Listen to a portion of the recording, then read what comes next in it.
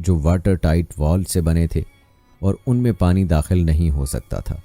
جہاز میں پانی داخل ہونے کی صورت میں بھی پانی اس سیلرز اور کمپارٹمنٹس میں داخل نہیں ہو سکتا تھا، لیکن برفانی تودے کے ساتھ ٹکرانے سے جہاز کو اچھا خاصا نقصان پہنچا تھا اور واٹر ٹائٹ کمپارٹمنٹس کی بہت سی دیواریں تباہ ہو گئی تھیں۔ فلیمنسز فیڈرل یونیورسٹی کے پروفیسر اور ٹرانسپورٹ انجینئرز اوریلو سوراس مرتا کے مطابق ٹائٹینک کا واٹر ٹائٹ کمپارٹمنٹ بند کرنے کا نظام بھی ٹھیک سے کام نہیں کر رہا تھا۔ اس وقت جہاز بنانے کے لیے جو دھات استعمال ہوتی تھی وہ موجودہ سٹیل کی طرح مضبوط نہیں تھی۔ سورس مرتا کا کہنا تھا کہ زبردست تصادم کے بعد جہاز کی ساخت میں تبدیلی آئی، دروازے بند نہیں ہو رہے تھے، وہ پھنس گئے تھے۔ ٹائٹینک کو اس دور میں بھی خالص سٹیل سے بنایا گیا تھا، لیکن اس وقت کا سٹیل ایسا نہیں تھا، آج کے فولاد کی طرح مضبوط نہیں تھا۔ ساؤ پاولو میں میکنزی پر اسٹیبرین یونیورسٹی کے پروفیسر اور میٹالرجیکل انجینئر جان ویتاوک بتاتے ہیں کہ 1940 کی دہائی تک جہاز کا مرکزی حصہ شیٹ میٹل سے بنا تھا، تاہم بعد میں دھاتوں کو پگھلا کر ان جہازوں کی مرکزی باڈی بنانے کے لیے استعمال کیا گیا تھا۔ ویتاوک بتاتے ہیں کہ اس کے بعد سے ٹیکنالوجی اور مواد بہت بدل چکے ہیں، اب دھات پگھل کر آپس میں جڑی ہوئی ہے، سٹیل بنانے میں کاربن کا استعمال کم ہونا شروع ہو گیا ہے اور مینگنیز کا استعمال بڑھنے لگا ہے۔ آج کا سٹیل بہت مضبوط ہے۔ جان ویتاوک کے مطابق آج کے بحری جہاز پانی، سمندری لہروں کے اتار چڑھاؤ اور سمندری طوفانوں سے ہم آہنگ ہونے کی زیادہ صلاحیت رکھتے ہیں۔ بڑے حادثوں کے بعد اس کی وجوہات میں انسانی غلطیاں ہمیشہ پائی جاتی ہیں۔ ماہرین کے مطابق آئس برگ سے بھرے خطوں سے گزرنے میں مشکلات کے باوجود اس پر سفر کو تیزی سے مکمل کرنے کا شدید دباؤ تھا۔ دراصل یہ دباؤ بلیو بینڈ کے حصول کے لیے تھا۔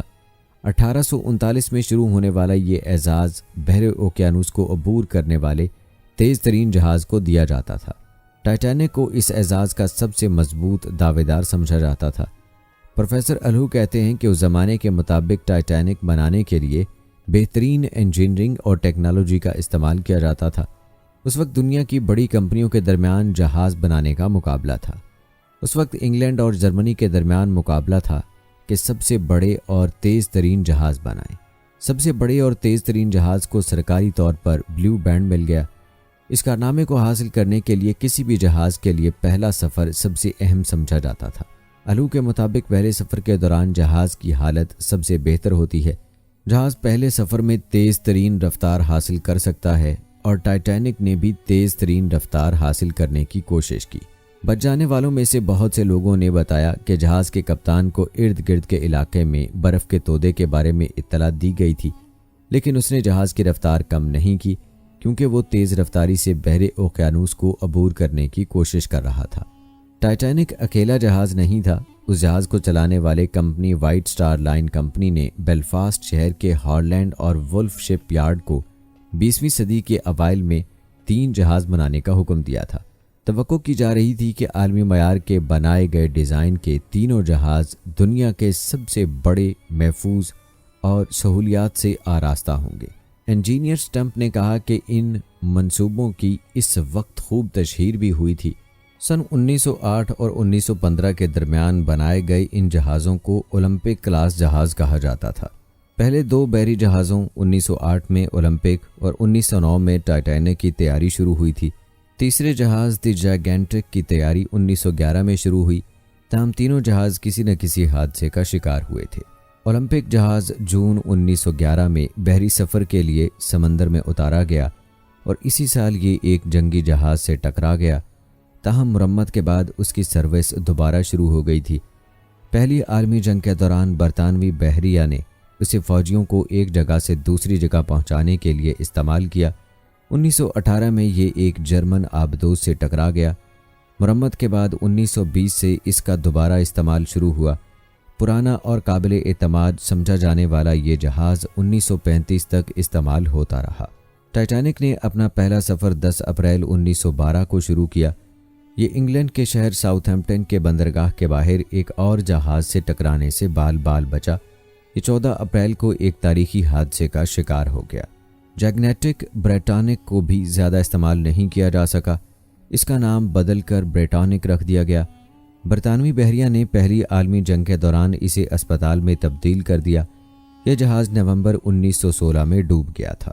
یہ تینوں جہاز اپنے زمانے میں بہت بڑے تھے، لیکن آج کے مقابلے میں بہت چھوٹے کہلائے جائیں گے۔ مرداکا کا کہنا ہے کہ وہ آج کے جہازوں کے مقابلے میں صرف ایک کشتی تھی۔ ٹائٹینک کی لمبائی 269 میٹر تھی۔ عملے اور مسافروں سمیت تقریباً 3300 افراد کو ٹھہرانے کی سہولت تھی۔ آج کا سب سے بڑا مسافر بردار جہاز ونڈر آف دی سی ہے، جس کی لمبائی 362 میٹر ہے، اور اس جہاز پر عملے کے 2300 ارکان کے ساتھ 7000 مسافر سفر کر سکتے ہیں۔ ٹائٹینک حادثے میں 1500 کے قریب افراد ہلاک ہوئے، جس کے بعد سمندری جہازوں کے حفاظتی نظام کو بہتر بنانے کی کوششیں شروع کر دی گئیں۔ اس حادثے کے بعد سمندری جہازوں کی حفاظت کے لیے ریڈار جیسے آلات کی تیاری شروع کر دی گئی۔ پروفیسر الہو بتاتے ہیں کہ ریڈار کا استعمال دوسری عالمی جنگ کے بعد ہی شروع ہوا تھا۔ اس سے پہلے سب کچھ انحصار سامنے کے منظر پر تھا۔ ایک ملاح کو اونچائی پر بٹھایا جاتا تھا، جہاں سے وہ سامنے موجود آئس برگ وغیرہ کے بارے میں الرٹ کرتا تھا۔ یہ طریقہ اس وقت محفوظ نہیں ہوتا تھا جب جہاز تیز رفتاری سے چل رہا ہو۔ ٹائٹینک حادثے کے بعد بحری جہازوں میں حفاظتی انتظامات پر زور دیا گیا۔ ٹائٹینک کے حادثے میں بہت سے لوگ اس لیے مارے گئے کہ ان کے لیے لائف بوٹس نہیں تھیں۔ پروفیسر الہو بتاتے ہیں کہ یہ جہاز کبھی نہیں ڈوب سکتا۔ اس یقین کی وجہ سے جہاز میں صرف آدھی لائف بوٹس رکھی گئی تھیں۔ مرتاکا کا کہنا ہے کہ یہ حادثہ سمندری جہازوں کی حفاظت کے حوالے سے ایک اہم سنگ میل ثابت ہوا۔ سمندری جہازوں کی حفاظت کے لیے ادارہ جاتی فریم ورک بنایا گیا۔ تعمیر کے دوران حفاظتی پیرامیٹرز کا خیال رکھا گیا۔ اسے مسلسل بہتر بنانے کے منصوبے پر کام کیا گیا۔ آج کے دور میں ریڈار اور سونار برف کے تودوں کا بہت پہلے کا پتہ لگا لیتے ہیں۔ آج سمندر کی نقشہ سازی یا نیویگیشنل چارٹ سب سفر کے دوران بہت زیادہ جدید ہیں۔ دوستو، ٹائٹینک کے بارے میں چند حیران کن باتیں بھی موجود ہیں، جیسا کہ ڈوبنے کے بعد اس جہاز کا ملبہ بھی ایک معمہ بن گیا، اور 7 دہائیوں سے زائد عرصہ گزرنے کے بعد 1985 میں اسے دریافت کیا گیا تھا۔ جان جیکب آسٹر کو اس کے عہد میں دنیا کا امیر ترین شخص تصور کیا جاتا تھا۔ 15 کروڑ ڈالرز موجودہ عہد کے 4.5 ارب ڈالرز کے برابر کا مالک تھے۔ وہ ٹائٹینک کے ذریعے برطانیہ سے اپنے گھر واپس جا رہے تھے جب حادثے کے باعث ہلاک ہوئے۔ 1998 میں شائع ہونے والے ایک ناول فیٹیلٹی میں ٹائٹینک جیسے حادثات کی پیشگوئی کی تھی۔ یہ ناول ایسے بحریہ جہاز کے بارے میں تھا جس کا نام ٹائٹن تھا، اور وہ اپنے پہلے سفر کے دوران اپریل کے مہینے میں برفانی تودے سے ٹکرا کر ڈوب جاتا ہے۔ ناول میں بھی جہاز کو کبھی غرق نہ ہونے والا کہا گیا تھا، اور اس میں بھی لائف بوٹس کی تعداد اتنی ہی تھی جتنی ٹائٹینک میں تھی۔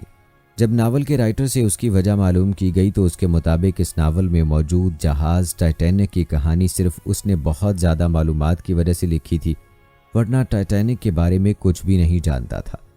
دوستو، یہ تو وہ سب دنیاوی وجوہات تھیں، لیکن اصل وجہ تو اس کے مالک کا تکبر اور شرکیہ الفاظ تھے جو اس کی تباہی کا باعث بن گئے، اور اسے بھی رہتی دنیا تک عبرت کا نشان بنا دیا، کیونکہ جب وہ زندہ رہا اپنے معاشرے میں قابل نفرت ہی رہا۔ اللہ تعالیٰ کے ساتھ شرک کرنا اس کے غضب کو آواز دینا ہے۔ کسی انسان کی مجال ہو ہی نہیں سکتی کہ وہ کچھ بھی کمال یا کسی صفت کو اپنے آپ کے ساتھ منسوب کر لے۔ اگر انسان سے ایسا کوئی کام ہو جاتا ہے جو دنیا میں اسے نمایاں کرنے کا باعث بنے تو اس میں کوئی کمال نہیں، بلکہ وہ عطا تو اللہ تعالیٰ کی ہی ہے، جس کی مرضی کے بغیر پتا بھی نہیں ہلتا۔ اس لیے اس کی ذات اور صفات میں شرک کرنا کبیرہ گناہوں میں آتا ہے۔ سورہ نساء میں اللہ تعالیٰ فرماتا ہے، بے شک اللہ اس بات کو نہیں بخشتا کہ اس کے ساتھ شرک کیا جائے، اور اس سے کمتر جو گناہ بھی ہو جس کے لیے چاہتا ہے بخش دیتا ہے، اور جس نے اللہ کے ساتھ شرک کیا اس نے نسبتاً زبردست گناہ کا بہتان باندھا۔ بروس میں اور اس کی کمپنیوں نے اپنے جہاز پر تکبر بھی کیا تھا کہ یہ کبھی ڈوب نہیں سکتا۔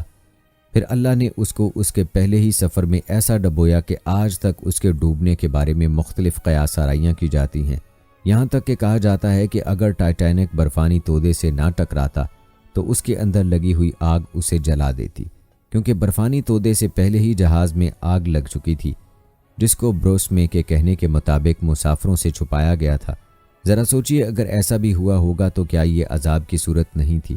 یعنی اس جہاز کو تباہ ہونا ہی تھا، جس کے بارے میں نعوذ باللہ خدا کی طاقت کو چیلنج کیا گیا تھا۔ دنیا کا پہلا بحری بیڑا برطانوی بحری جہازوں کا ایک بیڑا تھا جو پہلے برطانوی نوآباد کاروں اور مجرموں کو آسٹریلیا لایا تھا۔ یہ شاہی بحریہ کے 2 جہازوں، 3 سٹور جہازوں اور 6 مجرموں کی نقل و حمل جہازوں سے بنا تھا۔ 13 مئی 1787 کو کیپٹن آرتھر فلپ کی کمان میں بحری بیڑا 1400 سے زائد افراد، مجرموں، میرینز، ملاحوں، سول افسروں اور آزاد آبادکاروں کے ساتھ پورٹس ماؤتھ انگلستان سے روانہ ہوا اور 24,000 کلومیٹر یعنی 15,000 میل اور 250 دنوں سے زیادہ کا سفر طے کر کے بالآخر خلیج باٹنی، نیو ساؤتھ ویلز پہنچے، جہاں آسٹریلیا میں پہلی برطانوی آبادکاری کی ایک تاجری کالونی بن جائے گی۔ دوستو، آخر میں آپ کو بتاتے چلیں کہ مسلمانوں نے اپنا پہلا بحری بیڑا کس مقصد کے لیے بنایا تھا۔ حضرت عمر فاروق رضی اللہ تعالی عنہ کی وفات کے بعد جب حضرت عثمان رضی اللہ تعالی عنہ مسند خلافت پر مطمئن ہوئے تو حضرت امیر معاویہ رضی اللہ تعالی عنہ نے اپنا مطالبہ ان کے سامنے پیش کیا، اور جب تک امام عالی مقام سے اپنا مطالبہ منوا نہیں لیا برابر اس کو پیش کرتے رہے۔ حضرت عثمان رضی اللہ تعالی عنہ بحری جہاز کی ضرورت سے بے خبر نہ تھے، مگر مسلمانوں کی جان ان کو بھی ویسے ہی عزیز اور محبوب تھی جیسی حضرت عمر رضی اللہ تعالی عنہ کو تھی۔ اس لیے اس شرط کے ساتھ اجازت دے دی کہ نہ تو لوگوں کو اپنی رائے سے منتخب کیا جائے اور نہ ان میں قرآن دازی کی جائے، بلکہ انہیں اختیار دیا جائے کہ جو کوئی خوشی سے ثواب کی خاطر بحری جہاز کے لیے تیار ہو اسے لیا جائے اور اس کی ہر طرح سے امداد و معاونت کی جائے۔ حضرت معاویہ نے ایسا ہی کیا اور سیدنا عبداللہ بن قیس الحارثی کو امیر البحر بنا دیا۔ انہوں نے سردی اور گرمی میں 50 بحری لڑائیاں لڑیں، جن میں سے ایک آدمی بھی غرق نہ ہوا اور نہ ہی کسی کو کوئی مصیبت پیش آئی۔ وہ دعا کرتے رہتے تھے کہ حق تعالیٰ ان کے لشکر کو خیر و عافیت سے رکھے اور ان میں سے کسی کو بھی مصیبت میں مبتلا نہ کرے۔ رب تعالیٰ نے دعا قبول فرمائی اور ایسا ہی ہوا۔ آپ رضی اللہ تعالیٰ عنہ نے رومیوں کو شکست فاش دیتے ہوئے طرابلس، شام، اموریہ، شمشاد، انطاکیہ، طرطوس، روڈس حدود نصرانیت سے نکال کر اسلامی سلطنت میں داخل کر دیے۔ بحیرہ روم میں رومی حکومت کا ایک بہت بڑا بحری مرکز تھا جو کہ شام کے ساحل کے قریب ہونے کے باعث شام کے مسلمانوں کے لیے بہت قریبی خطرہ تھا۔ اسے فتح کیے بغیر شام و مصر کی حفاظت ممکن نہ تھی۔ اس کے علاوہ سرحدی رومی اکثر مسلمانوں سے چھیڑ چھاڑ کرتے ہوئے مسلمانوں کو تنگ کرتے رہتے تھے۔ حضرت عثمان رضی اللہ تعالیٰ عنہ کی طرف سے بحری بیڑے کو تیار کرنے کی اجازت ملنے کے بعد حضرت امیر معاویہ رضی اللہ تعالیٰ عنہ نے بڑے جوش و خروش کے ساتھ بحری بیڑے کی تیاری شروع کر دی اور اپنی اس بحری مہم کا اعلان کر دیا، جس کے جواب میں جذبہ جہاد سے سرشار مجاہدین اسلام شام کا رخ کرنے لگے۔